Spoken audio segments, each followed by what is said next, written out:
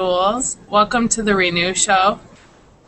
I'm here with a very special guest, Marissa from Halfthegirlmaris. And as you notice, I'm missing my two co-hosts, Rob Reno and Khalif Crumbly. We have had technical problem upon technical problem. Usually it's on my end and not this week. Everything has been working smoothly for Marissa and I, so hopefully the show will go smoothly. And we are really excited to have Marissa here. It looks like Rob has joined us. Hi, Rob. Maybe, yeah? Okay. Anyways. Marissa, would you like to introduce yourself and tell us a little bit about your journey, and then we'll get some questions going.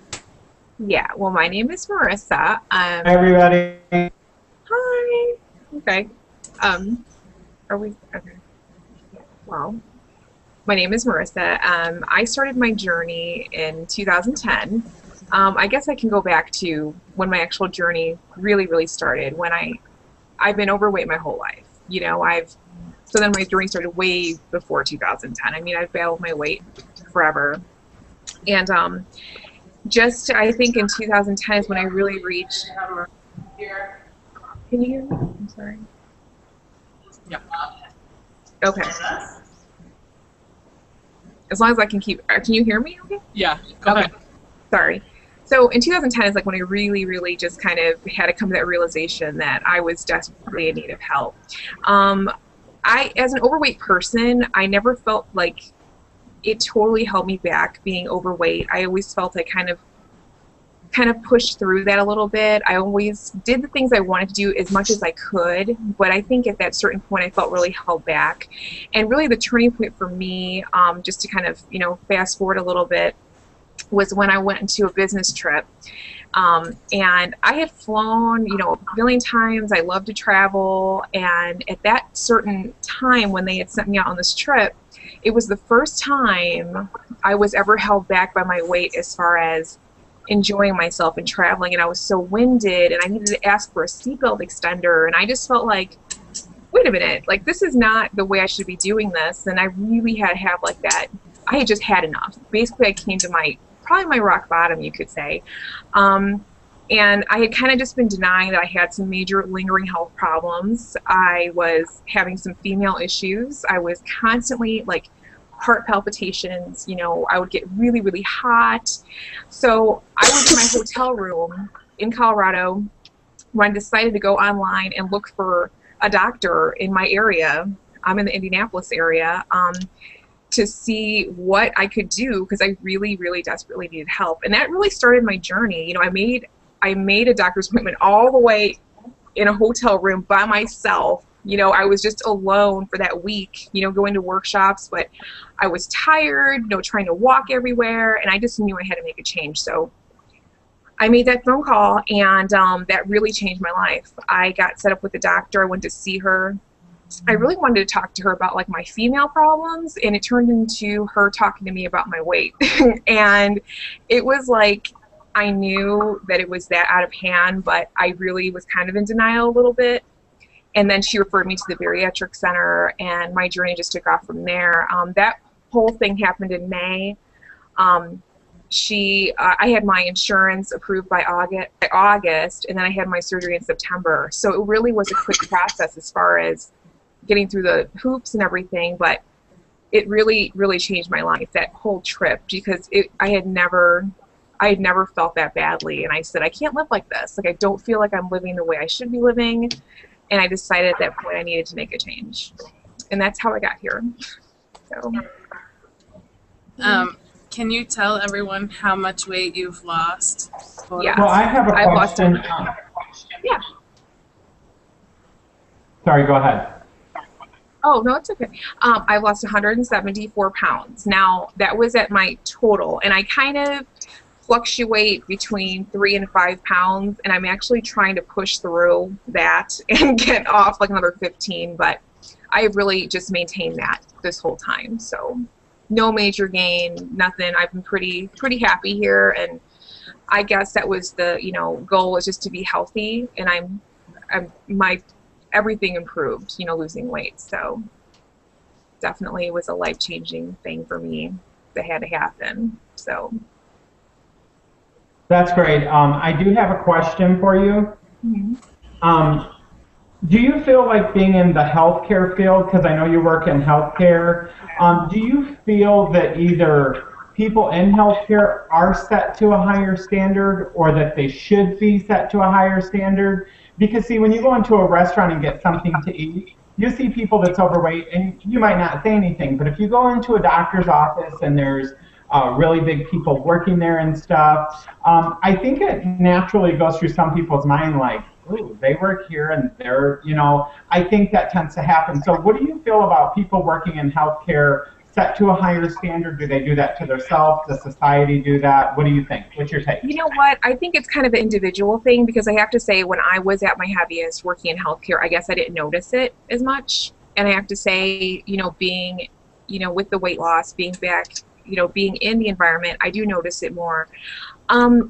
I don't know if it's, I mean, I can't really speak for everyone and how they feel personally. I just feel, just as I would with anybody that possibly struggles, I just kind of feel for them in a way. Like, I hope you know that there are ways there you can get out of this. But as far as the healthcare in a general sense, I'm not sure. The education is out there for everyone, and how you choose to utilize it, you know, is up to you. But for me, I definitely noticed it more just because I've been on the journey and I know where I've been and now where I've seen, you know, the difference. Because when I was at my heaviest, I don't think I realized how big I was. So, you know, I don't know. Everything just changes so much, your outlook. So, yeah, it's something that kind of is there.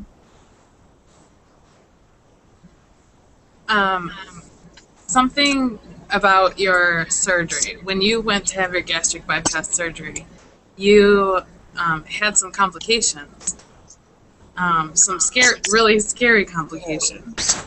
Can you talk about that a little bit?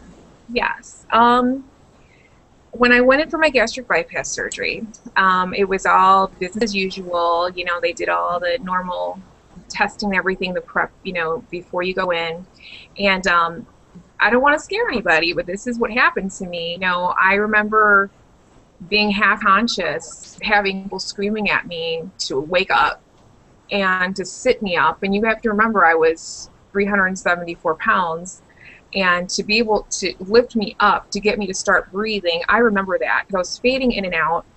After a while, I just didn't remember anymore. But the next thing I knew is that I woke up in a bed with a ventilator. And normally when you have that vent in your mouth, you're usually sedated or you're unconscious. I was completely awake.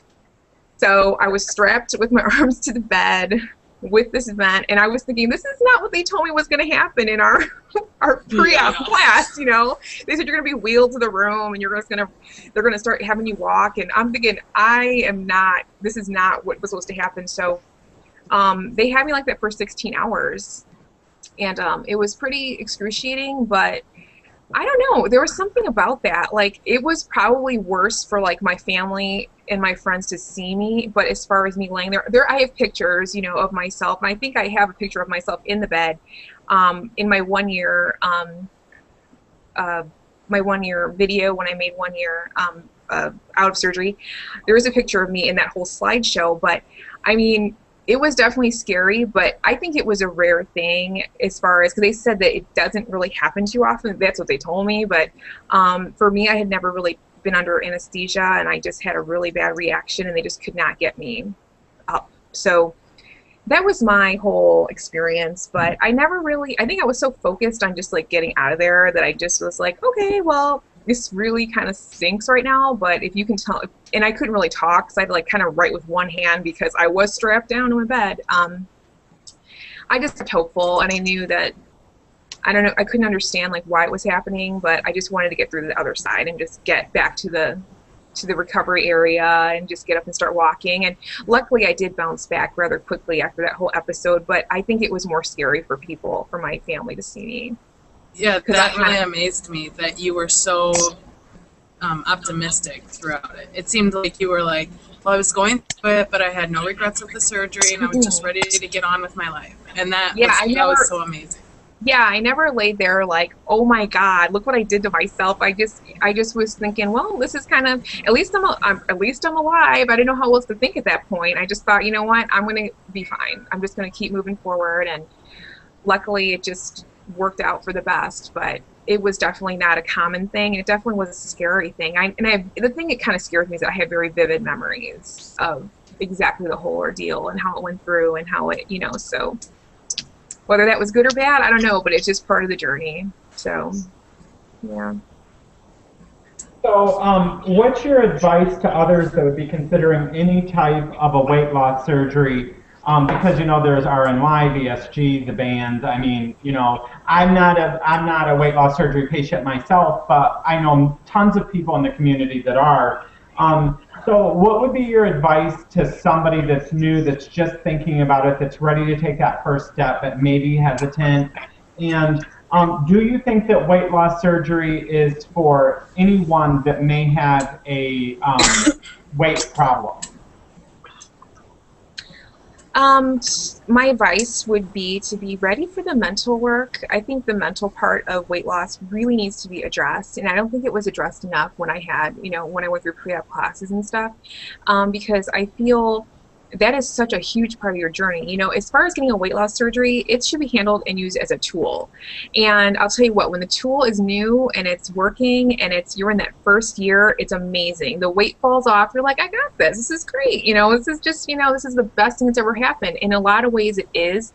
But once you're out of that honeymoon phase, that's when real life starts happening, and that's when you really just have to be in it to win it, pretty much. Because I'd say January after I did my 1 year, so I had actually last January 2012, I really hit like a low point where I was just feeling kind of like that euphoric feeling wore off. I'm back to losing weight the old-fashioned way. I'm back to maintaining my weight just like everybody else does. I have to be out there and eating well and getting physical, being physical. And I don't know that I could say that weight loss surgery would be for everybody, because it's a huge commitment. It's just not about going in and getting a surgery and having a magic wand waved over you and you're skinny. It's so much more than that. It's really the mental things that I would really focus on, because I don't think I was really prepared for a lot of that came with it. And I deal with that every day. I mean, it's just something that I have to work on constantly. So.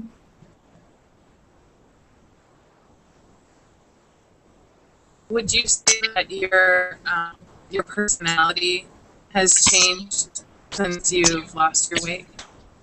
I don't know. I've always been kind of a goof, and I've always kind of been like, just kind of confident in that way. I have to say, even at my heaviest, I really always went for what I wanted, and I don't have regrets in that way. Even though I did these things at my heaviest, going back, it's like, I probably could have enjoyed myself a lot more if I was not as heavy. But I don't know. I think my personality hasn't changed in that way, but I do find that people do treat you differently because you look physically different, and that's kind of hard to deal with a little bit.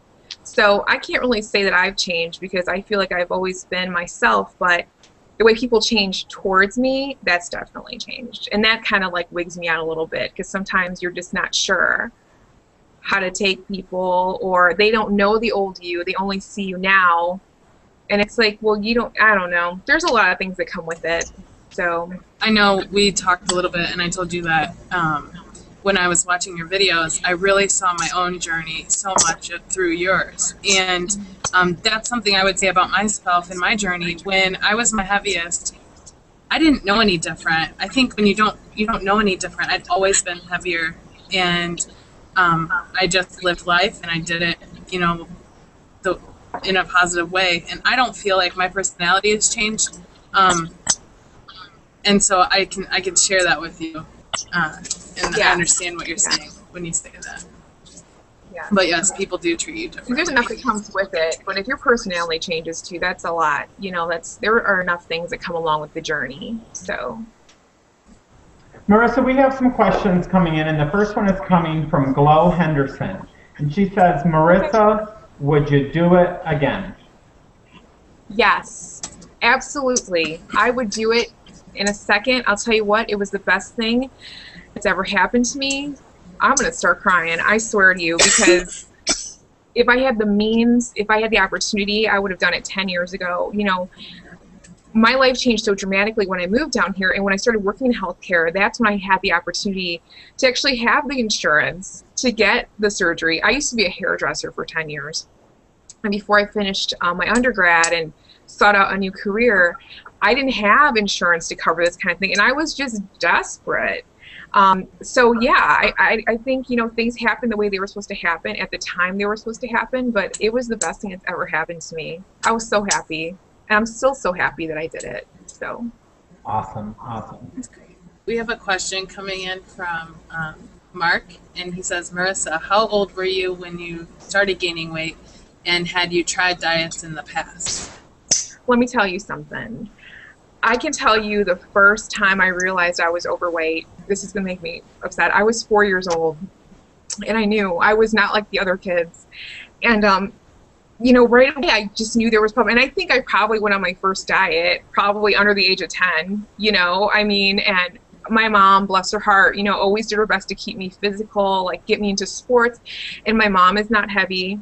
My brother's not heavy. My dad is not heavy. And here I am, you know, this little chubby kid. And, you know, it just, I grew into a chubby teenager who grew into an obese adult. And, you know, as long as I can remember, I've always been dieting. You name it, I've done it, I've tried it, I've been there and back. So for me, weight loss surgery was really, it was that one thing I needed in my life to change, and I really wanted to change, and I just committed to it. So yeah.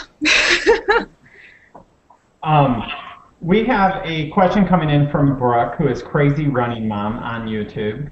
And she says, do you think weight loss surgery begins to define you? Do you see it happen to others in the weight loss surgery? Do you see it happen to other weight loss surgery folks? I think you can let it define you, and that's the trap that's the trap I fell into by my own fault. If you kind of just own your weight loss, and I have a friend of mine who says, you know, she says, I eat well, I am very physically fit, you know, I drink my water, and then the last thing she says that she had weight loss surgery. My whole MO is people say, oh, you know, you look great. I'd be like, yeah, I had weight loss surgery. I don't give myself the credit, and I think I have been letting it define me, and that's my own fault. I wouldn't advise others to do that. I think you kind of have to tell them all the other things you're doing, because the weight loss surgery is just a tool. I mean, it's just not going to work by itself. So, yeah, I need to work on that. I have a lot of things I need to work on. That would be one of them. So, don't we all? Yeah. We have a question from Susan, who is Taming the Food Beast. She says, did you come from an overweight family, which you kind of already answered that. And then she said, and how tall are you? I am 5'5", and I really don't come from an overweight family. There's a little bit of, or I'd say a little more,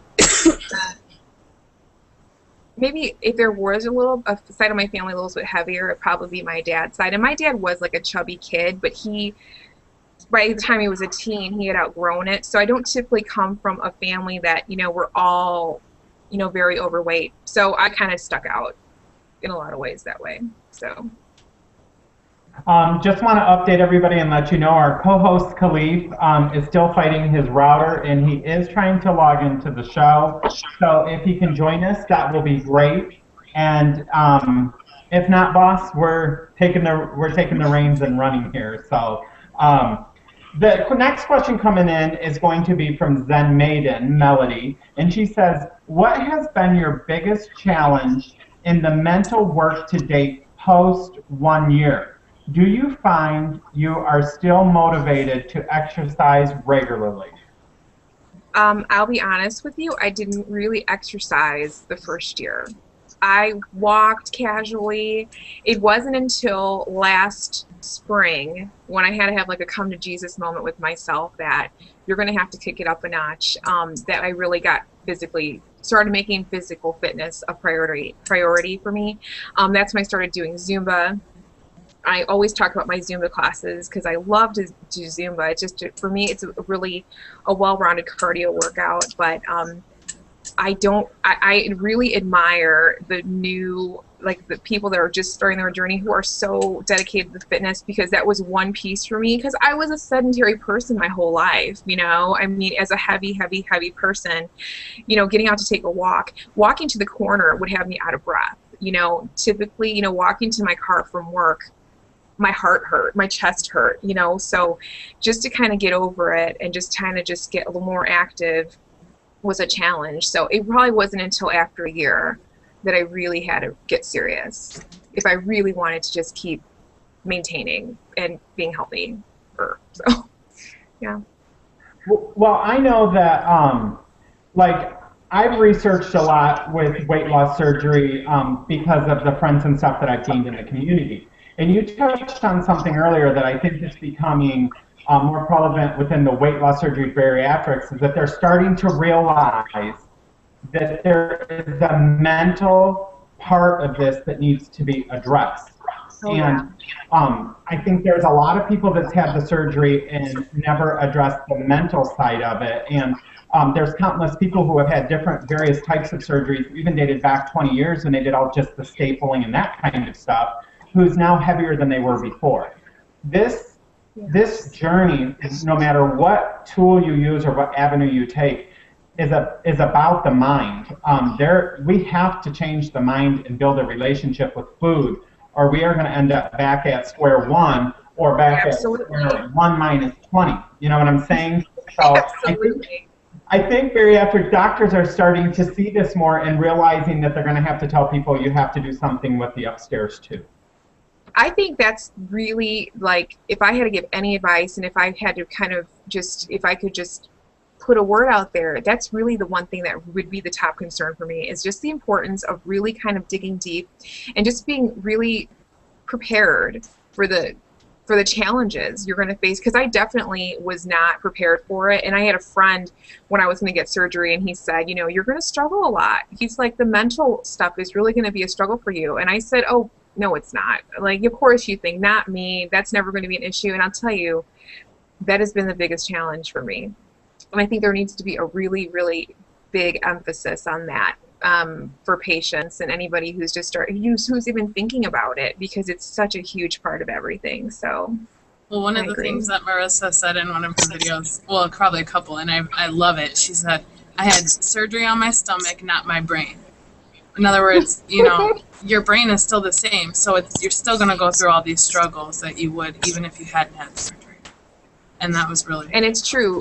Thank you. But even now, it's the same thing. I mean, I still have these feelings and flashbacks, and I'm thinking, wow, this is the way I used to think. But I have to say, I didn't have brain surgery, I mean, I can't help where I go emotionally, or if I'm triggered emotionally by something, or if my first notion is to eat something because I'm feeling sad or I'm feeling happy. That's when a lot of the mental work comes in, and I have to find either a healthy alternative if I'm going to have a snack, or I just need to go and exercise and get over it and move on, because I don't like the feeling of where I used to be at 374 pounds. That was very dark for me, and I like the way I feel now, and I'm just trying to keep at that happier place. So, That's awesome. We have a question from Khalif. He said, if you haven't already, describe your life before surgery or weight loss. Either give an overview or describe a typical day. Ooh, well, I'm going to go to the 6 months before when I really hit my rock bottom. I moved down here for work, and I was living by myself for the first time, completely alone. I'm still in the same apartment I was when I first, moved down here. And I just got and like I said before, my personality kind of carried me, and I think at the workplace it did, and I just kind of was myself. But after work I was exhausted. my typical evening would just be coming home, crashing on the couch. I was really good friends with the Papa John's man. I think after I had surgery, probably thought I died or something because the phone wasn't ringing or nothing anymore. So, eating out a lot of fast food and just kind of being sedentary, not really wanting to go out. I was concerning people because, they'd want to do stuff. My best friend lives here in town, and it was such a treat to move down here to be close. Not that I moved down here to be close to her, but just that it was like an extra perk of moving here. She happened to live in the neighborhood, and she wanted to do stuff, and I just wanted to stay in. And she's like, I don't think that's right. Like, why don't you just want to come out and have a coffee? And it was just to the point where, it was getting to that point where things were getting to the rock bottom phase. But my life was very isolated, I'd say in the last 6 months. And then, like I said, I went on that business trip, and it completely put everything in my face because I was like, wow, I am tired. I am overweight. I am alone in this room, and I can't live like this. I need to make some kind of change. And that means just come into terms with the fact that I need help, that's what I need to do. I need to reach out. So. Our next question is coming from Jen Maiden, and she asks Marissa, how have you dealt with jealous friends or family members, people in your life? How have your personal relationships changed? Let me tell you, I got rid of all those toxic people a long time ago. Those people were in the past, so I have to say, when I did have my surgery, I can honestly wholeheartedly say my friends have been awesome. I really haven't had anybody except for one person who really doesn't really count as a friend or even a colleague, just someone I would pass by at work who was really impressed with my weight loss. And then I said, of course, me and my big mouth, oh, I had weight loss surgery. And she's like, I don't believe in that. And I was like, okay. I'm like, well, I was almost like, I was dying pretty much, but okay, that's cool. But as far as jealousy, I don't know. I just tend to keep those people out of my life. They're out of my life. That was part of the old me. And I keep just a really close circle of positive people, and I'm lucky for that. And so, including my fiance, I have to give him credit because he definitely supports me. I was 40 pounds heavier when we met, and I was definitely still fighting with the mental stuff. And, that was a lot for me because I was only about 9 months out of surgery when we met. So I was kind of at the, at the big height of just dealing with the way I looked and feeling comfortable with myself. So that was a big leap for me because I wasn't dating, let me tell you, before that happened. So. And for the viewers that are watching, Marissa put a video up just recently of engagement pictures to her fiance, and it is an amazing video with amazing pictures, and I was watching it at work today. The phones were ringing off the hook. People were getting on my nerves. And I saw these pictures, and it made me feel good, and it brought me to a better place. So viewers, please go check out her channel and check out this video and other videos. The pictures are beautiful and truly amazing. Thank you. Thanks, Rob. We have a question from Rima Walk. She says, did you have any health problems prior to the surgery? If so, were they lessened or alleviated after the surgery, after losing some weight? I didn't realize how badly my health had gotten until I went to the doctor, and she gave me my, readout and everything. I had really high glucose. I was diagnosed as pre-diabetic. She suspected I had polycystic ovarian syndrome. I had stopped menstruating like a year before, which is not good. High blood pressure.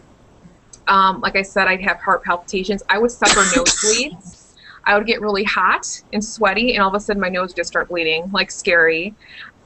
And I have to say that all those things are normal now. She doesn't even consider me having the PCOS, the polycystic ovaries. She said the high glucose, that was kind of her big, that would have been a big, trigger for her to assume, plus not menstruating and that. But everything has come back fine, thank goodness, because I was really in a bad place, headed towards worse things. So that's amazing, and that's what this journey really is about when you get down to it.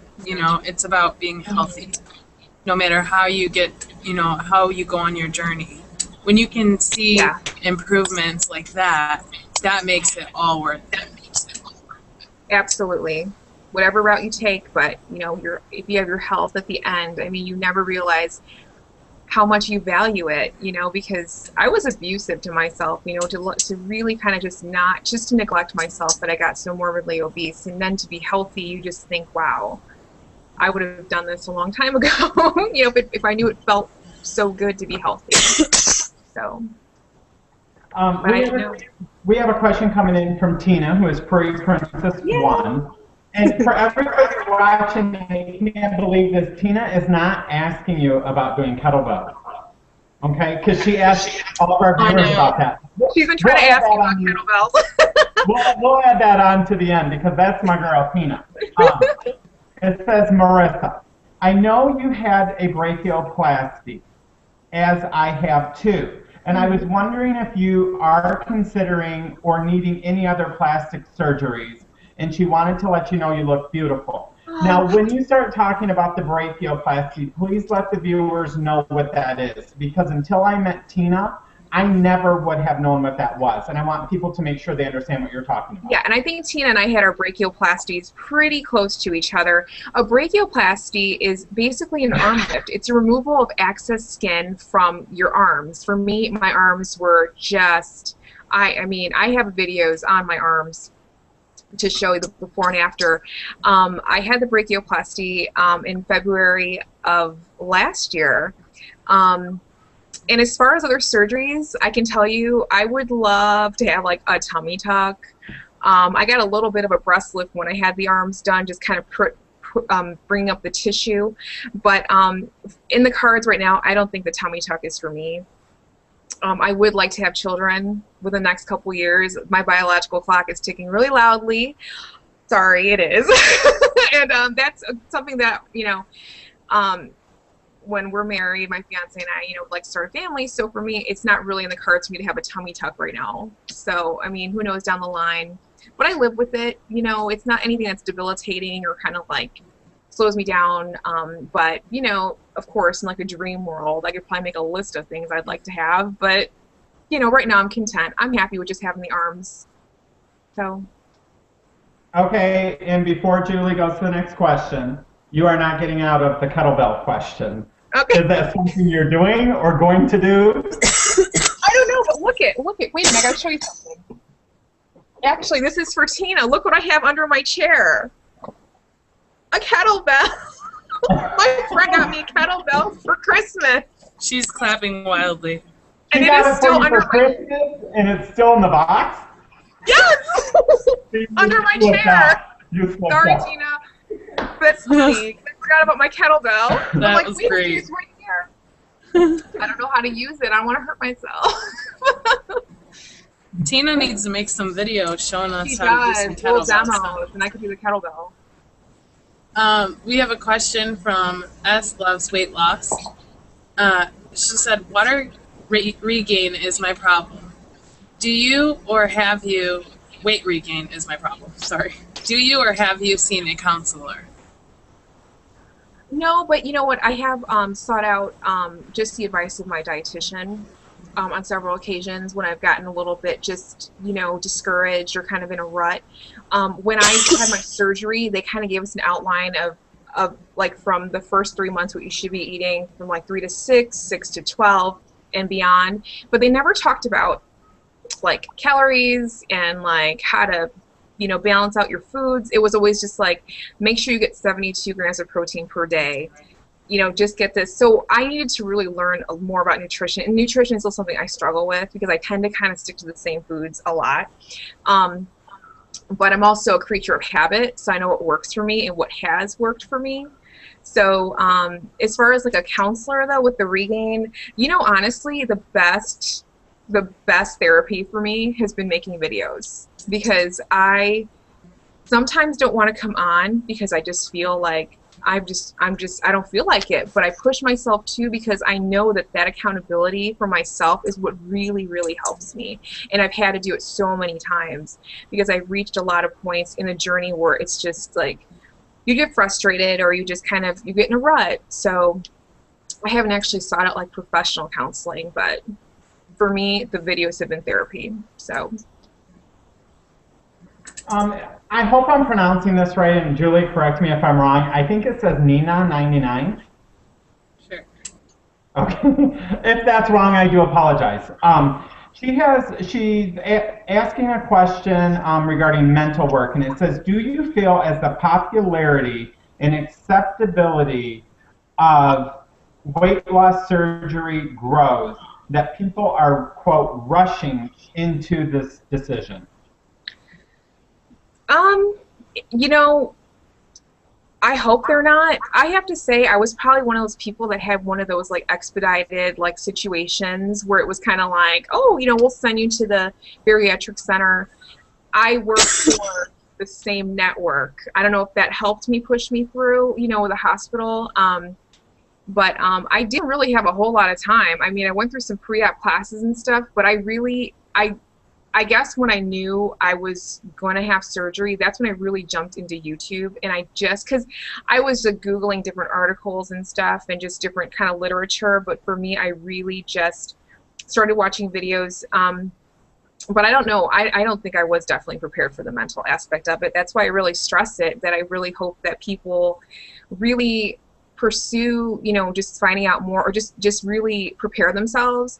And I do wish there was just more on that as far as like support, because it's just such a huge thing, and it's just something that will really, when you have your journey, it's something that's going to really take you up and down, because you're just as much as you think you're ready for it, you're really sometimes not. So yeah. Okay, we have a question from Zen Maiden 1. She says, what foods do you focus on now? What do you eat in a typical day? Are you into any specific bariatric plans still? Protein, protein, protein. I am really just, you know, I still have a protein drink every morning. I don't do regular milk anymore. I've actually switched to almond milk because it's lower in calories, and it's low in pretty much no sugar, low carb. Yogurt, Greek yogurt. I like chicken. I like cheese. I really need to vary a little bit, but, you know, I do have a sprinkling of veggies in that, and I do have fruits, and I do go out to eat occasionally. I kind of just do that 80-20 rule. I stick to, like, my original plan 80% of the time, 20% of the time. I just kind of, because I'm human, I kind of just, you know, moderate what I eat, and, but I still drink 100 ounces of water every day. I definitely think water has been a huge, huge catalyst for me. I mean, I'm just really, really big into that. But I kind of just keep it simple, you know. A lot of foods don't taste the same anymore. A lot of foods I used to love just have lost their luster, or they taste too salty now. Sodium, I don't eat fast food. If I go out to eat, I eat more like a regular sit-down type restaurant. I don't go to McDonald's or anything like that. But I just kind of keep it simple. I utilize my Fitness Pal, because I'm a visual person, and I've always food journaled since I started religiously, and that just helps keep things on track. And if I'm having a bad day, you know, I'll know it. It's right there, you know. So. I'm going to ask a question from Khalif, but I have a personal question. Do you know anybody personally that does not like cheese? I'm not saying that can't eat it for lactose reasons. Do you know anyone out there that can eat cheese that don't like it? Because I don't. As far as just like eating cheese like as a snack, like a plain piece of cheese? Are you talking just like a piece of cheese? Yeah, like someone saying, oh, I can't eat cheese, I hate cheese. Like some people say that. Yeah, like I've never met someone who doesn't like cheese, just in general. My fiance Justin is not a cheese eater. I could eat cheese for breakfast, lunch, and dinner. I eat cheese, like I eat a lot of cheese. And he doesn't, and I don't understand it, but it works out for me because then he doesn't eat the cheese in the refrigerator, so there's always enough. Yeah. Wow. Yeah. Khalif wants me to ask this question. It says, since you've been on this journey for so long, how do you handle old habits and mindsets, such as grazing or lack of motivation, when they start to creep back in? Which is a great question. Yeah, it's an awesome question. I just have to really just kind of push myself, because I'll tell you, bad habits, they linger, they come back. I mean, a lot of things that, you know, I never imagined, you know, that I'd want to do or want to, you know, just kind of get lazy. It's hard. You just have to break out of it. Because right now I'm really into Zumba. And in the last week, I went one time, whereas the other weeks I was going about 3 to 4 times a week. And I kind of feel like I'm in a little bit of a mini rut right now, but I'm going back tomorrow. So it's just all about taking it day by day, because I think those ruts are going to happen, and you're going to have those moments where you're super duper motivated, and then you just kind of get comfortable, and then you just have to just pick yourself up and keep going. Or, you know what, I have to say, I watch my old videos, because a lot of times I lose perspective on how far I've come, and sometimes I just need to kind of just like have a realization to know that I don't want to go back there, and just to kind of move forward, that, you know, this too shall pass. You know, it's just a moment. Keep going. So. And you said one of your quotes that you like to say is that you're recommitting one day at a time. And I love that, because it's true. Each day is a new day, and we really do need to recommit ourselves every single day. And I love that. Some days I have days where I recommit every hour. You know, it's not every day. I'll have a bad, you know, snack choice, or I feel like, oh, you know, that wasn't too good. And you just make the next meal better. Drink some water, move on, because what else can you do, really? And you and I talked about, during our test run, we talked about how as you get farther in the journey, it's easy to slip up, but it's much easier when you're farther along to get right back on track. True, very true. I have to thank my tool for that, because it really has helped me to snap back. Because, you know, when you kind of feel like you're getting a little bit off the track, it's kind of like you have that tool to kind of help you along. But, you know, that's not to say that you don't have to do the mental work to support that, but it definitely has made it easier, because when you're just, it's more of like your lifestyle. It's more of a repetition. It's more of just a habit. And I am a definite creature of habit. You kind of just go back to what you were doing, and, you know, because regain doesn't feel good, and it's not good for your morale. So you definitely, I personally try to just pick myself up as quickly as possible and just move on. So. We have a question from Crazy Running Mom, Brooke. She said, do you find you have to ban a certain food forever, or do you still eat everything in moderation? You kind of touched on this. Yeah, I kind of eat everything in moderation. I don't want to say that, you know, anything is completely off limits. I think just a little bit of whatever you like. I don't really have like a super duper sugar sensitivity. I know a lot of weight loss surgery patients, they really can't tolerate any sugar. It takes a tremendous amount of sugar or something very random for me to get sick. So that's not exactly a good thing, because I really thought, oh, I can never have sugar again. It's going to make me so, you know, ill. But no, I can't really say that anything is like banned. A lot of things just don't taste good anymore. Things that I love, I just would never eat again, because it's just, I just don't find any nutritional value, first of all, and they just don't taste the same. So we have a question coming in from Khalif, and Khalif asks, how long did it take you to get used to having the restrictions after surgery? It took a long time. You know, I have to tell you, I do have to touch on this, because when they say you get head hunger, my head hunger was out of control. And remember I told you that I was really like good friends with the Papa John's man? I had a dream that he came to visit me. He brought me a pizza, and in my dream I ate it. And I was so happy. And I woke up and I was like, oh, I get to eat an ounce of yogurt today, you know, or for my next meal. I actually went as far as Googling pictures of the food I missed that I wanted to eat, because I was just feeling like, you know, mentally I was so like wanting these foods. You know, I Googled a picture of like the hamburger I wanted, and the French fries I wanted, and the donuts I wanted. And it took me a really long time. I'd say it probably took me like 6 months to really just kind of say, okay, you just need to, because I was just, the head hunger really was tough. So. Tony Yates would like to know, what has been your favorite food to eat since you started your journey?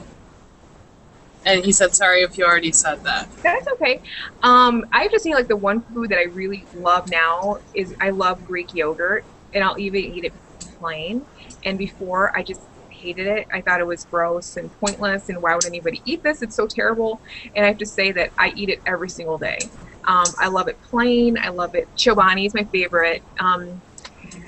Yeah, I have to say, because that's one thing I just didn't like. Because of course, before, pre-op, I was eating everything fast food processed, so for me, the protein, it really packed a protein like punch in something that I enjoyed. So I really like Greek yogurt a lot. This is more of a statement, but I'm going to read this because I find this shocking and somewhat amazing. Beth from Fat to Fit said, I just watched a video yesterday where a lady went in on a Thursday and had surgery the next Tuesday. No one can get ready that fast, in my opinion. And I would second that. I think that is absolutely ridiculous that someone can. I think it's really irresponsible, and I think it's really doing a detriment to the patient. That actually makes me kind of angry, because you can't be put on an assembly line to get surgery, or whatever kind of surgery, weight loss surgery you're going to have, because there's so much involved. I mean, even though my period to have it wasn't as typical and as long as some people have to do it, I still really was. Your morning food, it's mental, and I think getting it like within a week is just dangerous, and it's really shortchanging that patient, because I think it's kind of setting them up to fail in a way. You need that pre-op counseling.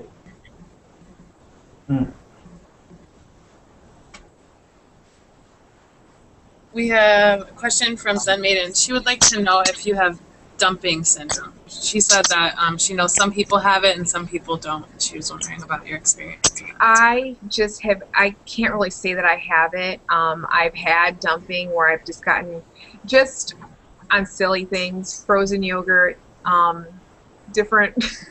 I'm getting the side eye from my fiance because he knows exactly what I'm talking about.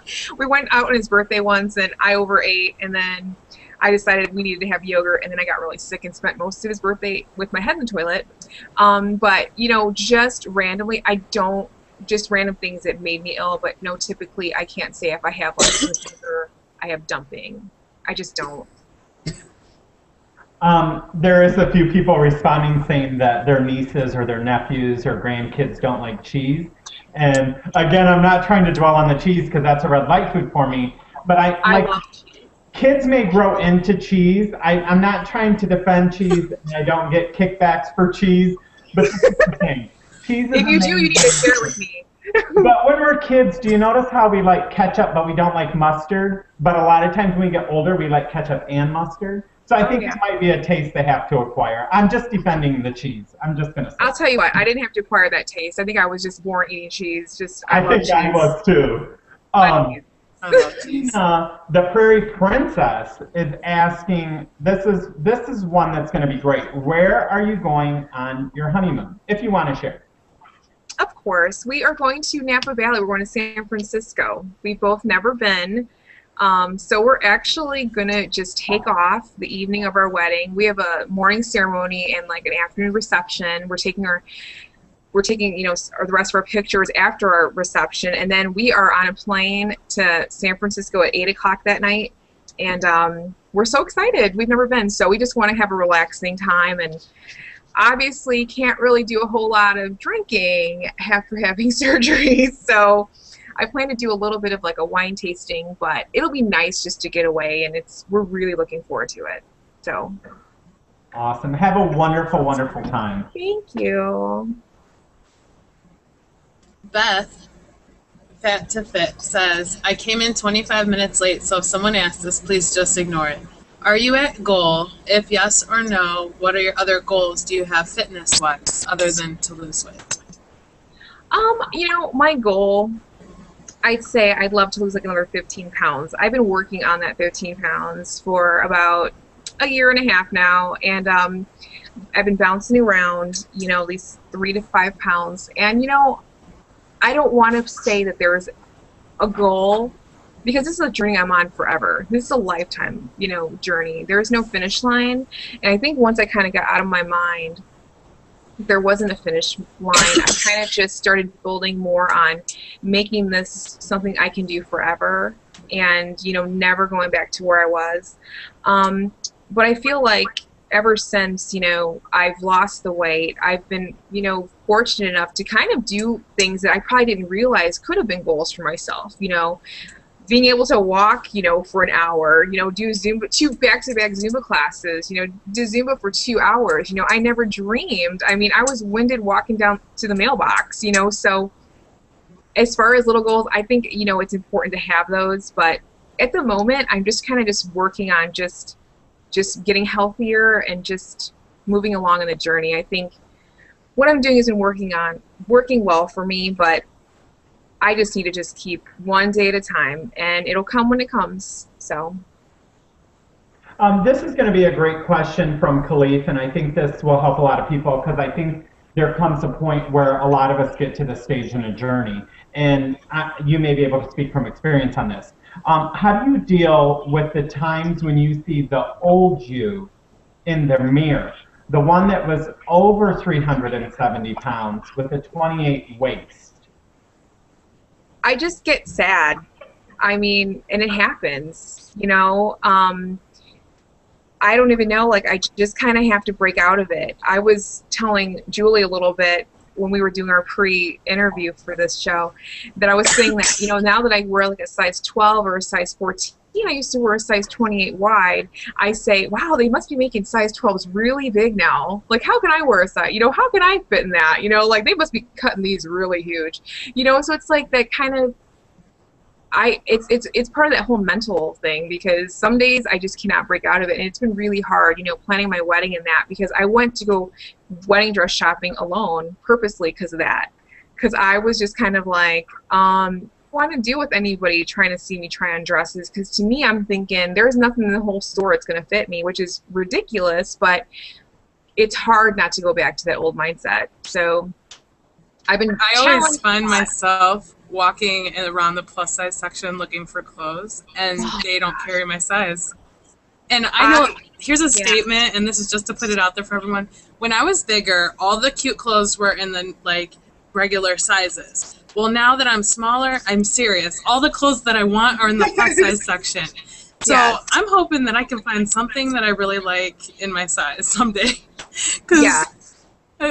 Oh, it's crazy. It's funny. When I was going to do my engagement picture, I was having such a hard time finding outfits, and I actually ordered 2 tops from a plus size place, and then I was mad that they were too big when they came in, because I was like, they look so cute in the picture. I mean, they happened to me the other day. Yeah, and I thought to me, wow, I thought to myself, like, you have really lost it. Like, what are you doing? But it's hard not to go there. It's so awesome. Real quick, I had a question. Oh, sorry, go ahead, Jules.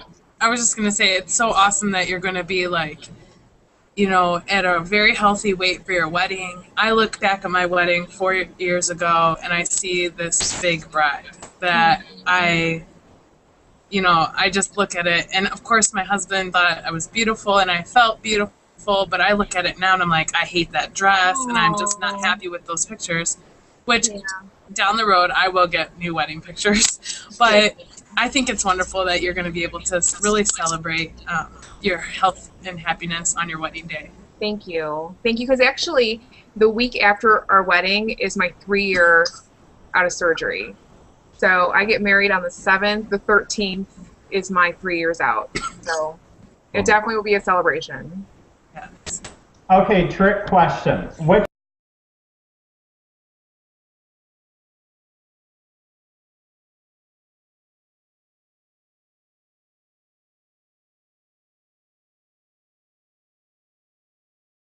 Zumba? Ah! Wait. If I could do anything but Zumba? Is that what you can, if you had to give up all exercise except for one exercise, excluding Zumba, because I know that's your favorite now, what would you do? I would probably just walk. Honestly, it probably doesn't sound that exciting or that, you know. I would probably just walk, because that's really what I started out doing when I finally started to get physical. I would just hit the trail out here and just walk and walk, get my iPod and just go. And I would go back to that. And actually, I still walk. My fiance and I actually just walked. We walked an hour tonight, and that's, you know, because I didn't get to Zumba today. So I would definitely just go back to the walking. Yeah, definitely.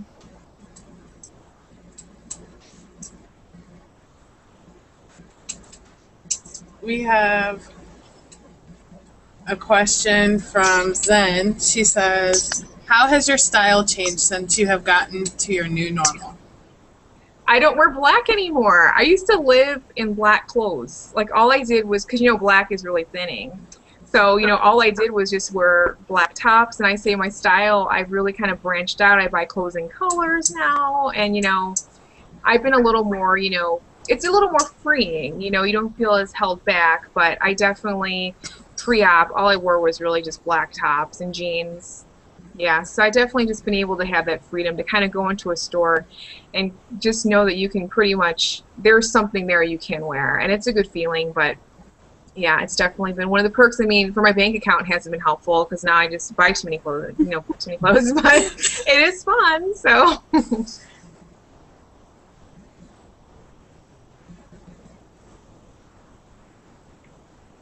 It is that time. That went by fast. I know. It Oh. flies. It goes so fast. Wow. Thank you so much for joining us. You were such a joy to have on the show. I know you're going to have a lot of new subscribers. People are already talking about Well, thank you for having me, and I want to say thank you to everyone who's supported my channel and everybody who's reached out to me. I mean, really, my supporters and everybody has really, you've really made this, you know, a big part. You've been a big, huge part of my journey, and thank you so much, and thank you to the Renew Show. You guys are awesome. I'm sorry Khalif couldn't be on, but, you know. He's eating cheese. He is. I'm gonna go eat some cheese now. Thank you so much, Marissa, for coming on. It was amazing. I wish you nothing but great health and happiness and an absolutely fairy tale wedding. Just everything that you've ever dreamed of for you and your fiance. I think it's going to be an amazing, amazing time. Thank you so much. It was awesome. Right. Thank you. Thanks. We would like to talk about our upcoming guests and what is to come with Renew. Next week, we will have, on June 11th, we will have Heather, aka Punky Lynn, with us. She is awesome, and I've been following her for a long time, and you guys will absolutely love her, and I'm excited to spend time with her next week. And Rob? Coming up on June 18th, Belinda Ball is going to join us. That's going to be an amazing show, so be sure to tune into that. And then on June 25th, which is our season finale for season 1 of Renew, Deanna Brave will be joining us.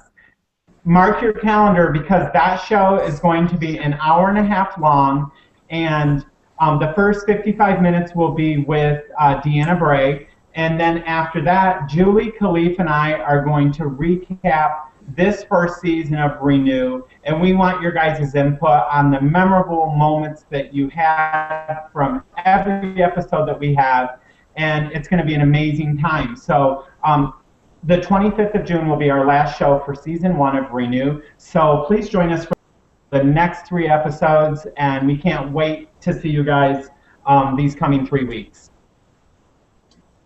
All right. Thank you, everybody. Have a great night.